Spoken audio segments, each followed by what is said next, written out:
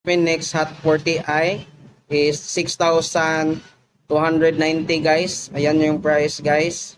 At mayroon siyang 256 of internal storage, 16 GB of RAM, 90 Hz refresh rate, 50 megapixel yung back at saka 32 megapixel yung front.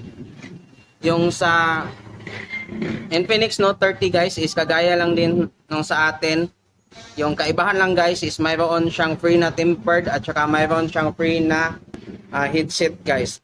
So ayun guys, sa gustong bumili dito guys, visit nyo lang yung M&TJ Gadget Shop dito sa Compostela, Purok 9, Poblacion, Compostela yung location nila guys.